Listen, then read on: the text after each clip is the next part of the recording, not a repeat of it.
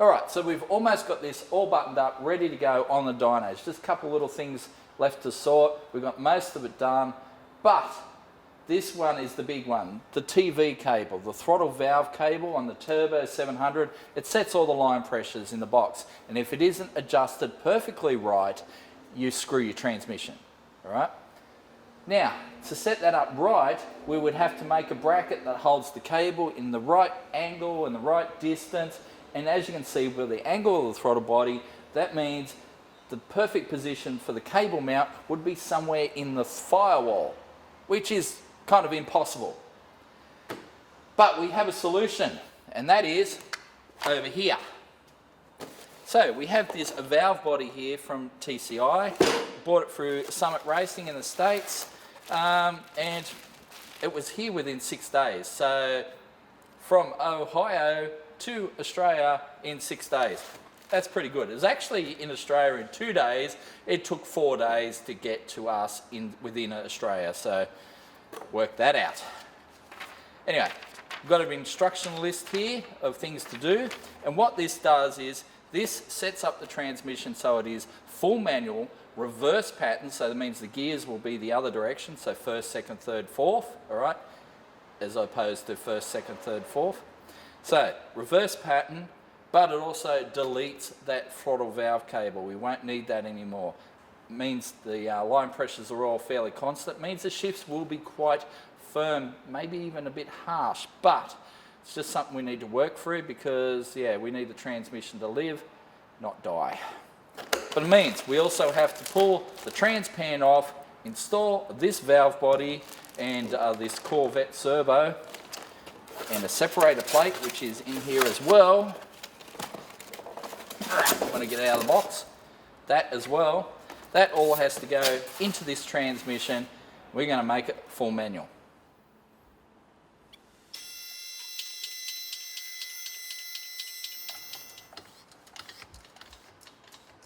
So for this job, we're using TCI part number 376015, which is full manual reverse pattern with engine braking. Now they do also one that is 376010, and that has no engine braking. We've gone for the engine braking valve body. It is a fairly complicated procedure, all right? There's a fair bit here. So what we're going to show you here isn't going to be the full nuts and bolts conversion of it. If you want to do this, read the instructions. So let's get into it by draining the transpan. Unfortunately, this transpan doesn't have a drain plug. So we've got one on order from Speed Pro, so we're going to be heading over to Speed Pro a little bit later, pick that up. But in the meantime, let's get this old pan off and get the fluid out so we can make our modifications. I feel like a bit of a transmission expert now. All the changeovers in the Trovo and this and everything else. Transmissions. Gotta love them. For a big transmission job too, it's handy having this Hare and Forbes breakdown table, which, you know, has a drain hole there, so we can put any damp transmission stuff on this, and if it leaks, it just drains into the bucket. So very handy little table to have on a job like this, and it also allows us to keep our other parts relatively clean. Don't have to keep walking over to the bench all the time.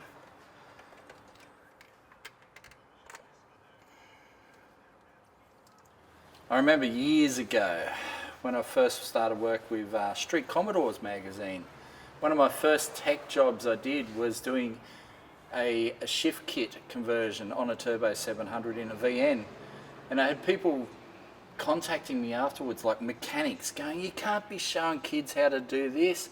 I mean, it's too technical. I wouldn't do this." And you're like, I did this at home in a driveway. If I can do it at home in a driveway, anyone that can read can do it. Just got to read it and follow the instructions. Speaking of which, moving on. So we're getting pretty close to the important part, which is removing the factory valve body. A couple of things. the instructions aren't very clear on a couple areas, like it asks to remove the first to second accumulator, which is this unit, but never points to it and says this is what it is. So I had to look that up. Fine. We removed that. We've also removed the auxiliary valve body at the back, making sure not to drop the little check ball, little ball bearing in the top there that you can't lose, and you have to reuse that one later on. Got all the bolts out except for one there, so we will remove that one, lower our valve body, and continue on our way. Actually, something before we start is I have to cut this wiring, because you have to do a little integration of another wiring loom. So what we'll do is snip them off so we can splice them later, plus it gets them out of our way. Right, now it's time to remove the valve body.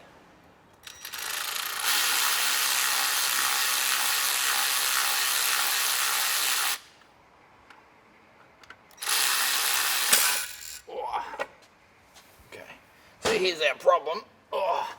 The thing's made out of cast iron, I kid you not. So, to get it out, and the shift linkage, come on. It's making a mess.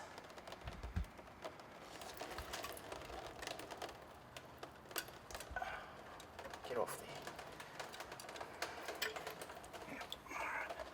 Oh man, that is a heavy sucker. Lay that down. Oh, wow. That's heavier than it needs to be. So there's a bunch of check balls here. We didn't drop any, which is fine, but we don't need to reuse them either. For our application, none of these check balls are being reused. So think of a valve body as a mechanical circuit. You've seen electrical circuits. This is kind of a mechanical circuit using fluid instead of electrons. So basically you're redirecting fluid into certain passages to make the transmission do what you want it to do. In this case, to make it full manual and reverse pattern. So it's going to be quite interesting to see how this all works out. Hopefully really well. Right, so now we remove our separator plate and the gaskets.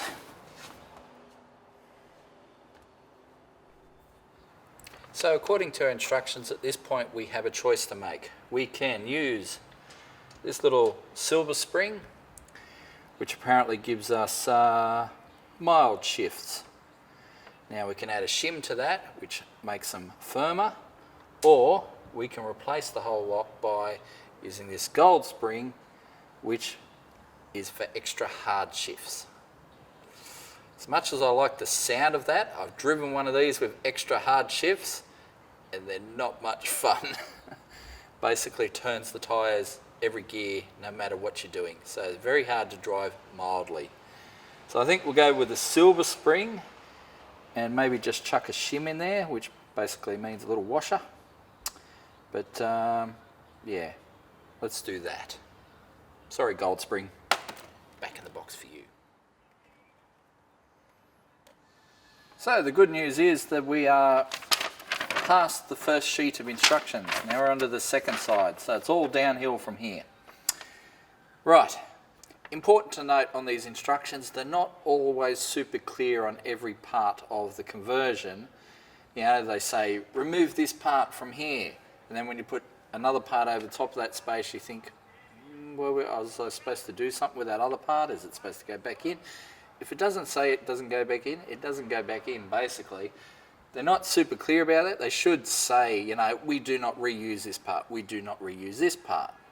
You know, chuck them in the bin. But they don't say that in many places. Anyway,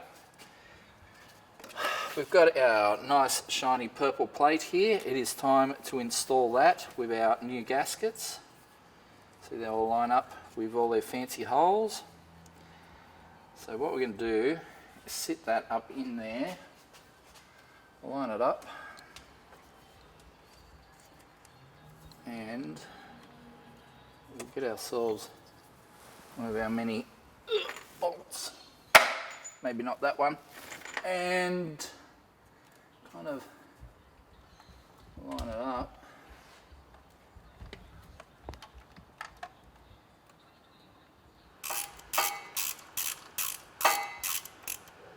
Okay, so now we've got this kind of all lined up. We've got the rear housing here, the auxiliary valve body they call it, to help line things up as well. So that holds the plate up in place. All the gaskets are all aligned, thanks to all of our bolts and stuff. And now everything's lined up that when we put our new valve body up there, all the holes will line up.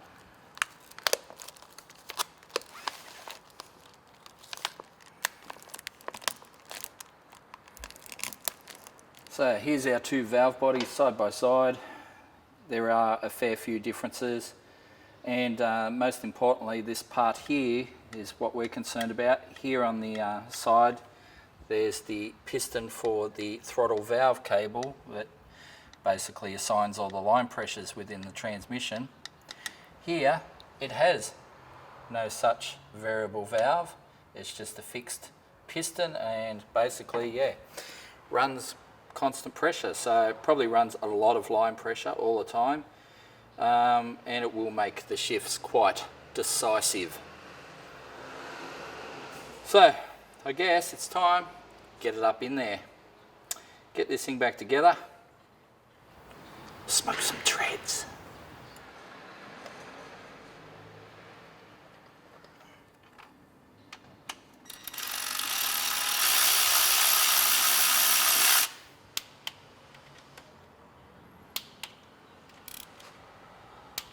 Okay, well, it's the next day and we need to do our Corvette servo replacement. If you were doing this in a Corvette or an F-body, well, this valve body kit, you wouldn't have to do this because they already have the right servo. But because this is a daggy old V6 Commodore, we should do it.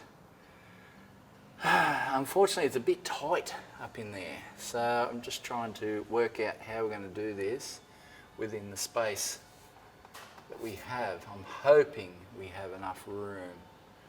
Otherwise, we've got to we're going to have to undo some stuff, which I really don't want to do, like undo the pipes, undo the trans mount, and lower the trans down, which will kind of suck. But anyway, all right, we'll see how we go.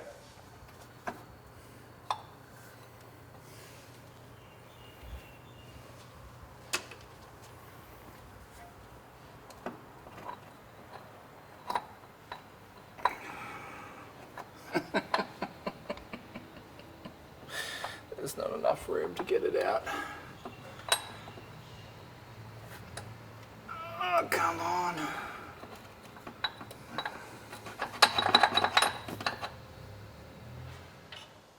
We're going to have to drop this transmission down, which means we have to loosen the exhaust and then bolts out of the cross member, this one, and the center bearing, so it can drop the trans down enough so we can get that servo out. Painful. So it is a brand new day in the Carnage workshop, and we've been working out ways to lower this transmission enough that we can get our servo piston out without actually having to remove the entire box, which we really didn't want to do again. But we had to undo this pipe. Basically the driver's side header is removed, sitting loose, and we've lowered it down and still found it was a bit of an issue. So we've panel beaded the floor a little bit, as you can see up here, and just created enough of a gap that now we can slide the piston out all the way. And there we have it, piston, spring, she out, and yeah, we're going to put the other one back in, and that should solve all our problems, and then we can put it all back together, make this happen. So we have our servo assembly out of the car. There it is. There's a spring on the inner. All right, we've got our apply pistons and stuff and the cover. It's all there. Now, TCI are being very vague on the instructions at this point, which is really annoying. It says, and I quote, discard OEM parts and replace with TCI parts supplied with kit. That's it. So you've got to kind of work it out from there. It does give you a little diagram saying replace this piston and this housing here. So basically those bits with new seals on them, which are all here in the kit. This is the stuff right here. So basically we pull this apart. Right, we're keeping that. We're keeping that. That part is getting replaced by that part. And this part, we're pulling it apart and replacing it kind of with that part. Alright, so all this gear has to go in there, basically. Won't be too hard, but it's a little bit vague. So anyway, I'm going to do that right now. Hopefully, this all goes put together right, and it works.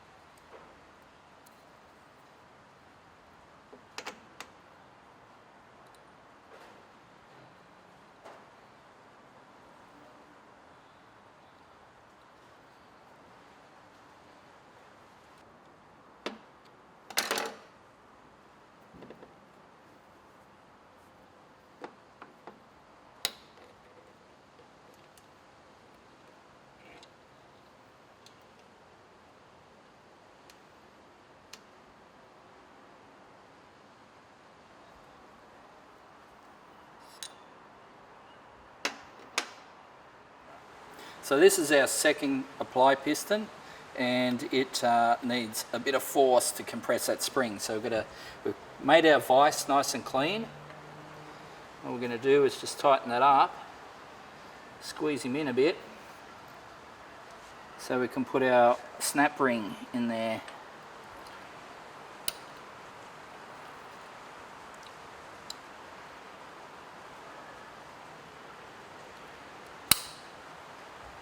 Beauty. Right, that's back together. Let's put it all back together and stick it in the box. Right. Goes around like that. It goes on there like so. Then that will go around like that.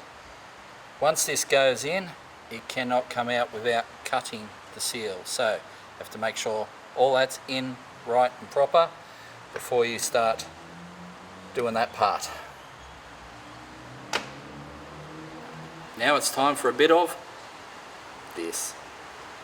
So what we're going to do is just use some Vaseline or petroleum jelly and just lube up the inside of the servo housing, because we are using nice new seals and rings on it.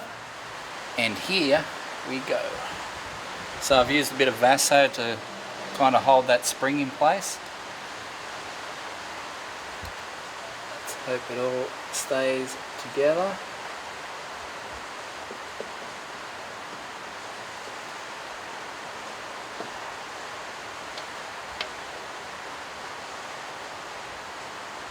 Oh, yeah, that's what we want. Cool.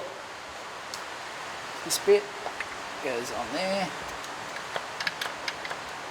and then the cover. Now this will have a bit more spring pressure on it than the factory setting, so when we put the cover on there, it's going to use a bit of force, need a bit of force to kind of squish it in, and then we put our snap ring in. So for this bit, may need Kian's help. I don't know, we'll see. We'll see if I can do it without Kian first. If not, otherwise we're going to have to set something up, tripod. See how we go.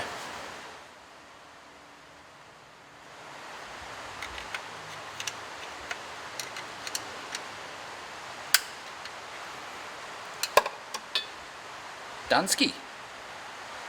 Alright, we can jack the box back up, put it all back together, see if it runs. So now that we've got that servo piston done and our trans is bolted back up, we need to put the trans pan on, but it's still waiting for us at Speed Pro. So let's hop in the little Nugget, take a drive over to Speed Pro. Yes, I've been dialing the little Nugget Clio. Unfortunately, I had to give the Ranger back to Ford, and we haven't got anything to replace it as yet. So yes, the little Nugget doing daily duties. Busy today. The car park is full. Alright, see if we can squeeze in down the front. So here we are down at Speed Pro, one of our preferred speed parts distributors here in Melbourne. We're going to go get our drain pan and some other stuff, but there's a bit of a lineup inside. They're really busy today, so we'll mask up and wait our turn and go in and get our gear. It's got a Turbo 700 trans pan in for us the other day. Yep. Just an RPC one. Street Machine. Yep. Cool. Also after a turbo drain for a XR6 turbo. Just those two? And then the black. Yeah, that's fine. Yeah. It's got a drain plug.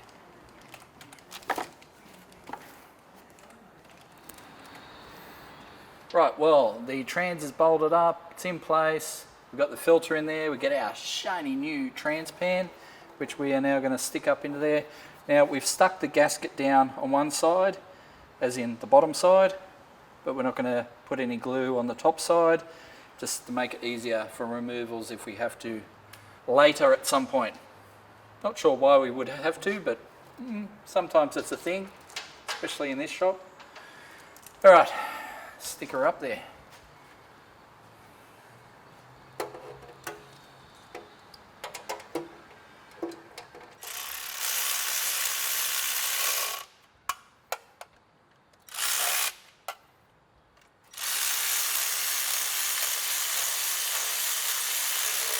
Now that we've got our trans buttoned up, the exhaust is all on, everything's fixed underneath, it is time to put some fluids in it, and of course our favourite fluids are Valvoline.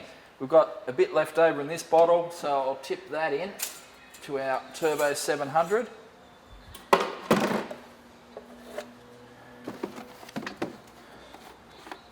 Normally we'd be using the big bottle on the pumps, but we're out of big bottles at the moment, so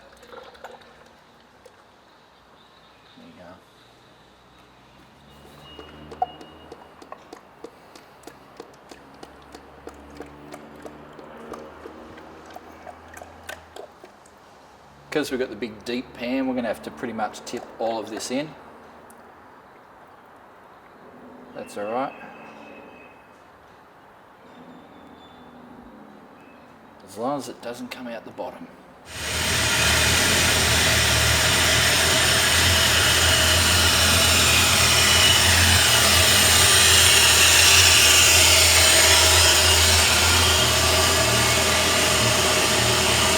It works. Alrighty, let's go for a drive.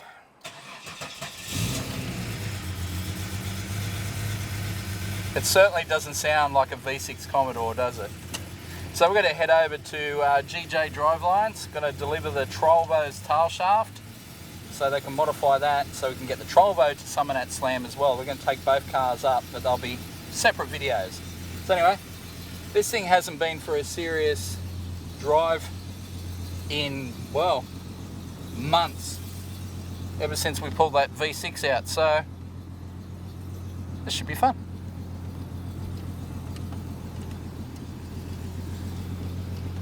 Where are they going? Nowhere, apparently. Okay, must be, are they waiting for us or no? Dunno. So yes, we're full manual now. So we have to shift every gear manually, and it's reverse pattern as I've mentioned many, many times.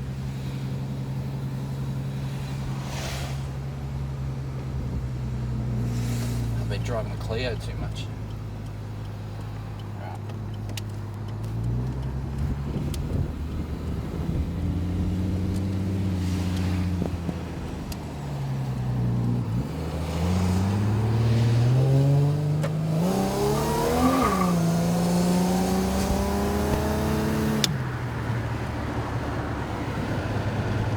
That was nowhere near full throttle, that was just a little half throttle stab.